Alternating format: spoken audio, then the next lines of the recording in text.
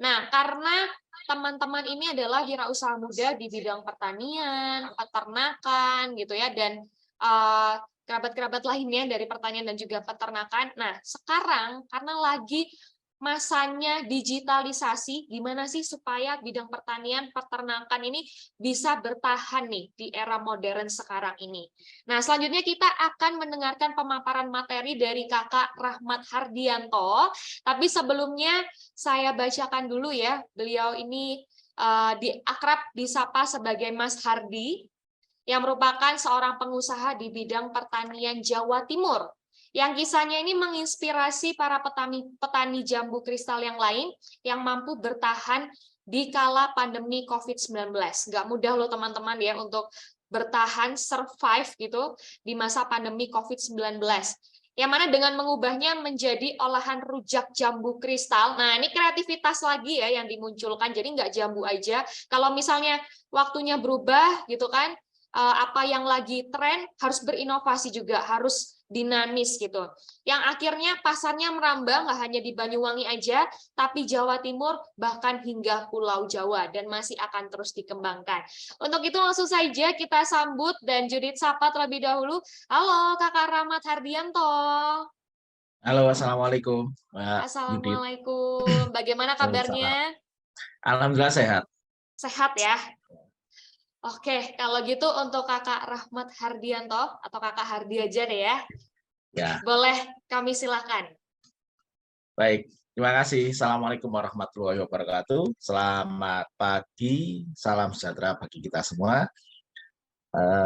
Pertama-tama kita panjatkan puja dan puji syukur kehadirat Allah Subhanahu wa taala. Alhamdulillah eh, kita bisa hadir bersama-sama dalam program Jagoan Tani Banyuwangi 2023.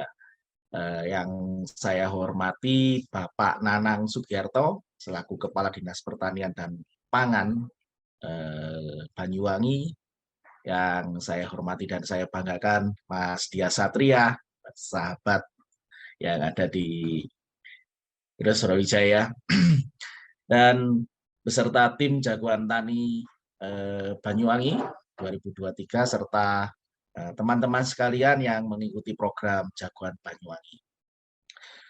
Terus terang saja di awal ini saya sangat mengapresiasi bagaimana visi dari Ibu Bupati yang luar biasa, 3 kali berturut-turut concern terhadap entrepreneur di agropreneur, spesial agropreneur di Banyuwangi. Wah, ini luar biasa, effortnya sangat luar biasa. Dan kalau saya sih sebenarnya di sini ini saya ingin ada storytelling saja apa yang saya lakukan.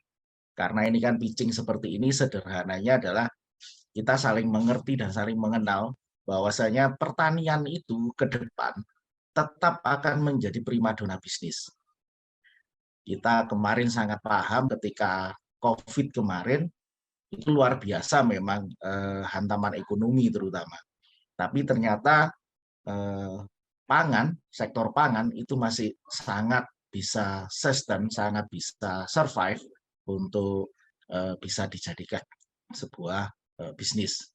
Dan kali ini saya ingin menyampaikan saja tentang Jagoan Tani menuju bisnis pertanian modern. Saya juga akan menyampaikan apa yang saya kerjakan mulai tahun 2012 di Kota Batu, tepatnya di Desa Bumiaji.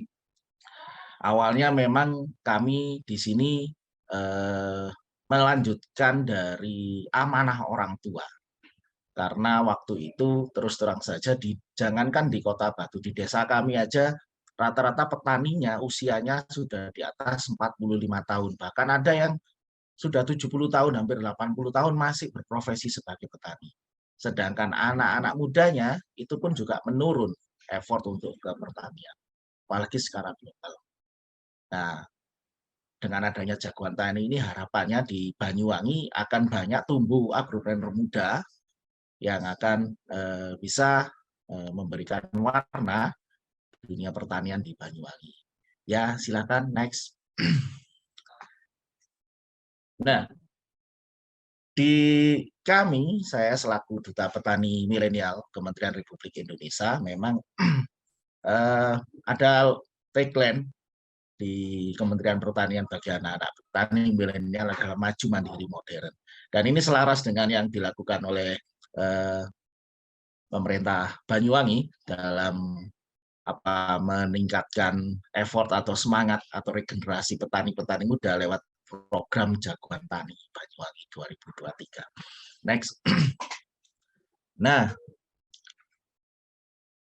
kami kalau mengenal saya masih usia saya 38 tahun. Saya tinggalnya memang di Batu. Pernah menjadi Agropreneur Muda Indonesia 2018 dan kemarin juga salah satu petani berprestasi tingkat nasional untuk kategori petani milenial 2022.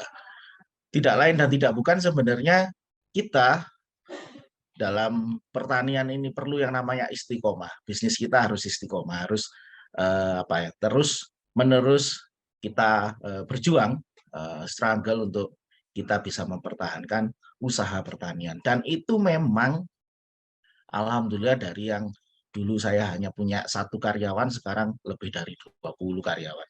Dulu saya kerja sendirian, sekarang lebih dari 50 petani mitra yang bermitra dengan saya. Dulu saya cuma paling seminggu 100 kilo, sekarang 1 hari bisa 1 ton kapasitas produksinya. Dan ini memang perlu yang namanya kolaborasi pentahelik dari semua stakeholder. Dan tidaklah penting juga seperti yang disampaikan Pak Dia, salah satunya adalah bisnis modelnya harus seperti apa, harus up to date terhadap kebutuhan dari customer. Value proposition-nya harus benar-benar diperhatikan. Next. Saya ingin semoga saja video profilnya bisa di-share biar saling mengenal. Siapa tahu nanti teman-teman terinspirasi dari tempat kami yang tidak hanya kita ngomong tentang agriculture-nya hanya sebatas hasil tani bumi, hasil tani dari buah saja, tapi ada beberapa model-model bisnis yang bisa mendapatkan income. Artinya nanti kita lihat videonya. Monggo di ya, betul. Apakah bisa, Mas? Kalau enggak bisa, ya enggak apa-apa, nanti kita. Bisa? Oh, tidak bisa. Oke. Mohon maaf, video profilnya enggak bisa ditampilkan, mungkin downloadnya belum sempurna. Tapi prinsipnya nanti kita bisa share lewat chat tentang profil kami. Next. Mohon maaf ya. Nah, paling gampang memang kami di Bumi Aji Sejahtera itu bertransformasi dari pertanian yang mohon maaf tradisional, konvensional, terus ada tambahan mekanisasi, ada automasi, yang terakhir ada digital. Yang disampaikan tadi oleh Pak Dias tentang bagaimana hilirnya pertanian, kami mencoba mengkolaborasikan hulunya pertanian yang sudah ada beberapa teknologi yang memang harus diinputkan. Artinya supply dan demand ini harus benar-benar balance sesuai dengan tujuan goal target kita. Di tempat kita memang kalau ngomong jambu kristal, insya Allah saya sudah memulainya mulai tahun 2008 orang tua saya. Terus bertransformasi juga ternyata kita juga perlu mengetahui pertanian itu hulu sampai hilir. Jadi tidak hanya kita mendapatkan income dari buahnya saja, padahal ketika panen raya pasti ada kendala. Salah satunya adalah oversupply. Nah, untuk seperti itu kita harus punya produk-produk turunannya. Kemudian kita juga merambah juga ke smart farming. Ini kolaborasi juga dengan Universitas Brawijaya untuk mengembangkan IoT. Jadi Internet of Things kita mau mulai riset ini mulai tahun sebelum COVID, 2019. Ada yang di on farm, ada yang di pasca panen, semua. Bahkan hari ini kami sedang kolaborasi juga untuk quality produknya. Jadi ketika setelah dipanen nanti ada mesin packaging yang sudah menggunakan AI, artificial intelligence, untuk mendeteksi apakah buah ini busuk, defeknya seberapa, itu dan sebagainya. Itu sudah dikembangkan. Dan juga beberapa greenhouse memang karena kita tahu beberapa tahun terakhir ini ada perubahan iklim yang ini juga akan perlu dimitigasi karena ancaman ini perlu dimitigasi. Salah satunya adalah dengan rumah kaca. Tetapi insya Allah selama kita masih ramah lingkungan, kita masih bisa survive. Apalagi di Banyuwangi beberapa waktu yang lalu hamparannya luar biasa. Masih banyak lah untuk kita bisa mengembangkan smart farming di off farm, di lahan terbuka. Next. Nah, next saja ya nggak apa-apa. Di Banyuwangi saya rasa adalah salah satu sentra untuk pangan dan hortikultura. Bahkan buah naga saya rasa satu Jawa Timur atau mungkin satu pulau Jawa mungkin atau bahkan bisa jadi di Indonesia salah satu kabupaten dengan kapasitas produksi yang luar biasa, bahkan ratusan ton mungkin seperti itu. Dan juga ada komoditas-komoditas yang lain, khususnya di hortikultura. Di pangan juga luar biasa, di perkebunan pun juga luar biasa. Nah, karena kami di Batu, saya melakukan sebuah program apa ya istilahnya bisnis yang agak diferensial dengan sayur-sayur yang lain. Jadi kami membidik market yang memang premium. Jadi di tempat kita sayurnya bersertifikat organik. Jadi sayur-sayur yang kami tanam ini agak berbeda dengan kebanyakan. Karena apa? Ya kita memang menentukan marketnya yang berbeda. Ada Kill Curly, ada jenis Kill Nero, Swiss Chard, Scarlet, Red Oak, macam-macam. Kami mengelola membudidayakan sayurnya yang sayur premium yang nilai jualnya tinggi memang. Sehingga dengan proses yang tidak jauh beda dengan budidaya sayuran lainnya, tapi kita mendapatkan income yang lebih tinggi, revenue yang lebih tinggi dengan luasan lahan yang sama. Karena tanaman-tanaman ini juga tanaman hortikultura. Kami juga ada buah, selain jambu kristal juga ada jeruk, alpukat, semuanya kemitraan. Artinya bisnis model yang saya kerjakan di sini, ini semua kebanyakan adalah dengan kemitraan petani. Jadi kalau adik-adik nanti atau teman-teman jagoan tani ini berpikir ketika mitra petani, mitra pemasaran harus ada semua. Sehingga hulu sampai hilirnya tidak sampai terganggu. Diferensial produk itu penting supaya kita punya bargaining market untuk kita bisa dipilih oleh customer. Dan teknik budidaya saya rasa sangat juga perlu diperhatikan secara good agriculture practice, GAP, secara GHP, good handling practice, secara olahan GMP, good manufacturing practice, bahkan sampai pada pola-pola pemasarannya harus terukur dan terdokumentasi. Next. Next, ya.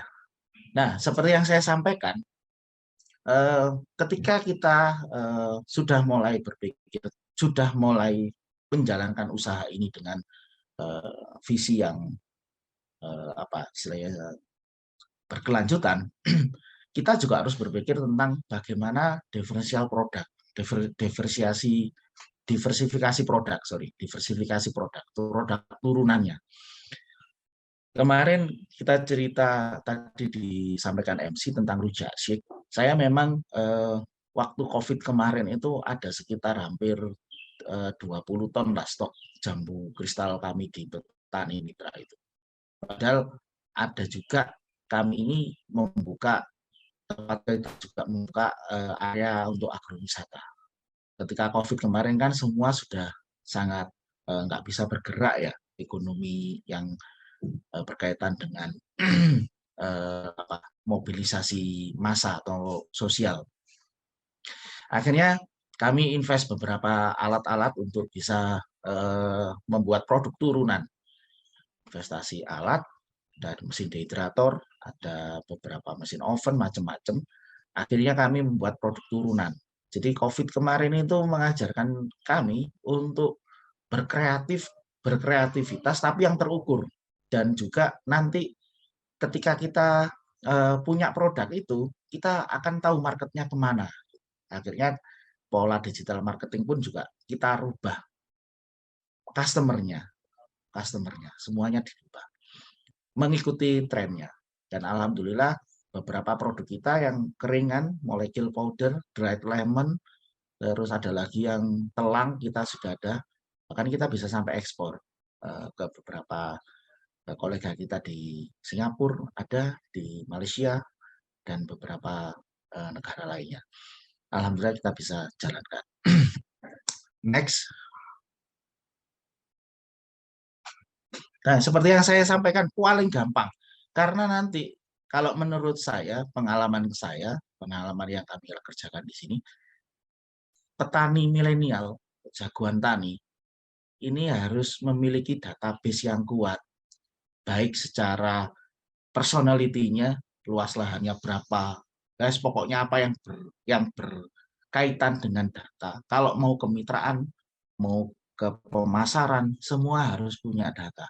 Kami mengembangkan juga beberapa aplikasi-aplikasi untuk supply chain atau rantai pasokan gitu. Rantai pasokan kami kerjasama dengan UB bikin aplikasinya. Jadi saya sangat concern ketika kebutuhan konsumen kami itu kami sudah tetapkan 6 bulan sampai 1 tahun ke depan. Jadi kita ada kontrak dengan, kalau kita B2B, bisnis to bisnis, dengan supermarket, dengan platform, e-commerce dan sebagainya, kontrak kita minimal 6 bulan. Dan dari situ setiap minggu kami harus mengirim sejumlah sesuai kesepakatan. Artinya database ini contoh database saja kami punya lebih dari 50 petani mitra. Kalau rata-rata mereka bisa memproduksi sampai 1 ton, kapasitasnya ya lumayan juga untuk kita atur sampai pengiriman. Next. Dan kita juga harus tahu tentang mitra. Next ya, mitra pemasarannya. Next. Ya, Mas bisa di next mungkin. Nah, ini contoh saja beberapa B2B yang kita supply. Ini aja masih kurang kita untuk proses baik dari buah dan sayur yang ada di sini. Platform seperti Sayur Box, Segari, tadi disampaikan ada platform e-fishery, itu memang platform-platform yang concern-nya ke agriculture, e-commerce agriculture. Harapannya nanti Jagoan Tani ini juga bisa bikin platform sendiri dari source-nya yang ada di Banyuwangi, luar biasa nanti itu. Kalau supermarket ya ada di Surabaya, Hoki, Papaya, di Malang ada Lai-Lai. Kita juga kerjasama dengan Indomaret untuk wilayah di DC Malang sama DC Surabaya. Nah, ini penting untuk kita cara-cara supply chain, rantai pasokan ketika kita akan mulai untuk bisnis pertanian yang sustainable, yang berkelanjutan. Next. Dan di pengembangan kami tetap berusaha untuk seperti tagline kita, tebar kebaikan ya, tagline-nya Jagoan Tani. Konsepnya adalah kami di tempat kami ini juga membuka sebuah model bisnis, baik dulunya memang hanya sekedar petik buah saja, tapi sekarang kami sudah bisa melakukan beberapa kegiatan pelatihan, bahkan ke studi yang lain. Begitu pula dengan produk UMKM. Next. Dan harapan kami, next Mas, nggak apa-apa. Ya, next saja. Nah, harapan kami memang kita harus berpikir tentang quality. Jadi ada 3 poin untuk menuju ke bisnis modern ke depan tentang pertanian. Yang pertama quantity, quality, sustainability.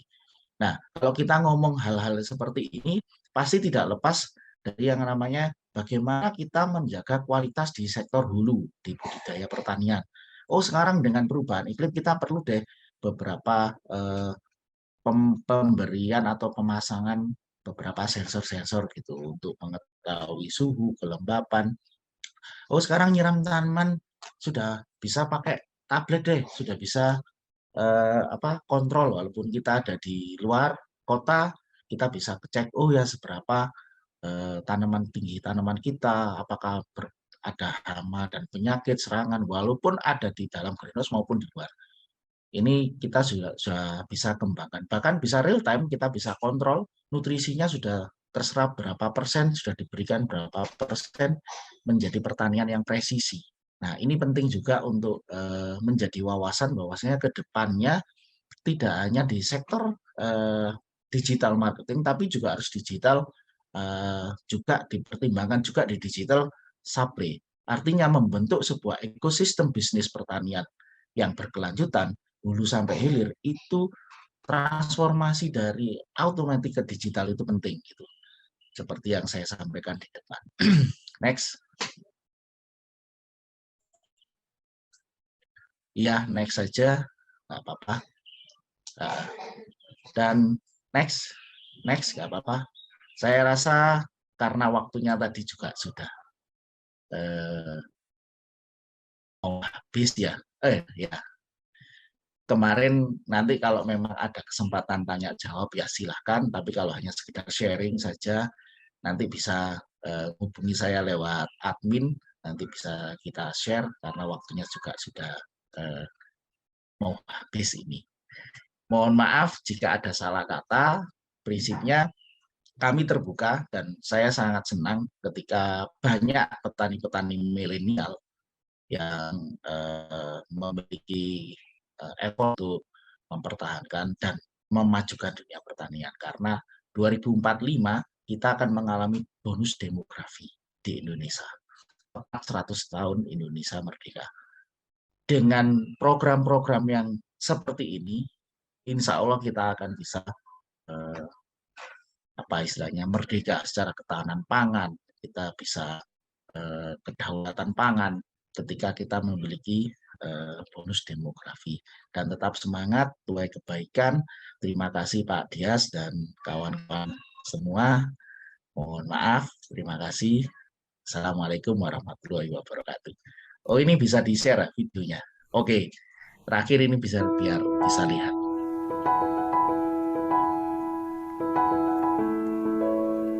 Sugeng rawuh ing tempat es Bumiaji Sejahtera. An ecotourism which consists of agrotourism and agroeducation. This area is a certified organic area. We often receive visits from local and foreign tourists, like from UK, US, Australia, and some countries in Asia, such as Japan, Korea, and Malaysia. Many daily activities in P4S Bumiaji Sejahtera. We accept interns from vocational high school students, universities, or on-job training program.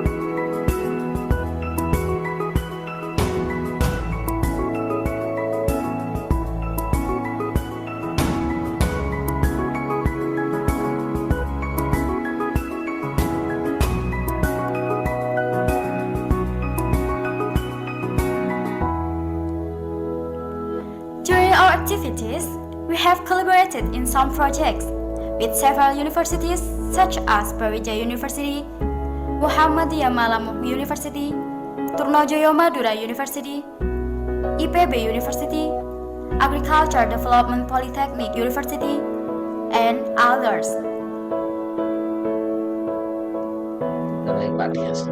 We are also supported by the Ministry of Agriculture, Agriculture Department of Batu, and our community, namely Tani Millennial Community. And we have got achievements, that is 1,000 young Indonesian agripreneurs in 2018.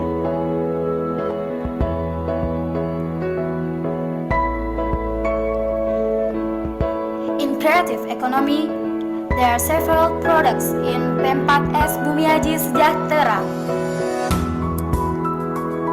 Our products are homemade local products. They're based on experts such as kale powder and others.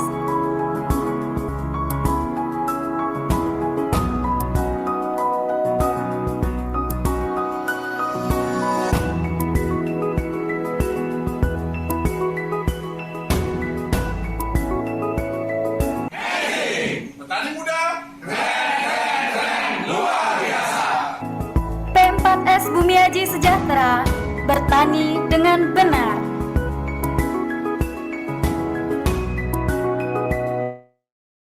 Ya, terima kasih Pak Judit ya, Pak Dias sudah di-share videonya. Oke. Oke, baik. Terima kasih banyak untuk Kak Hardi untuk sharing-sharingnya nih ya, seputar menuju bisnis pertanian modern. Nah, ini teman-teman banyak banget ya yang bisa diambil.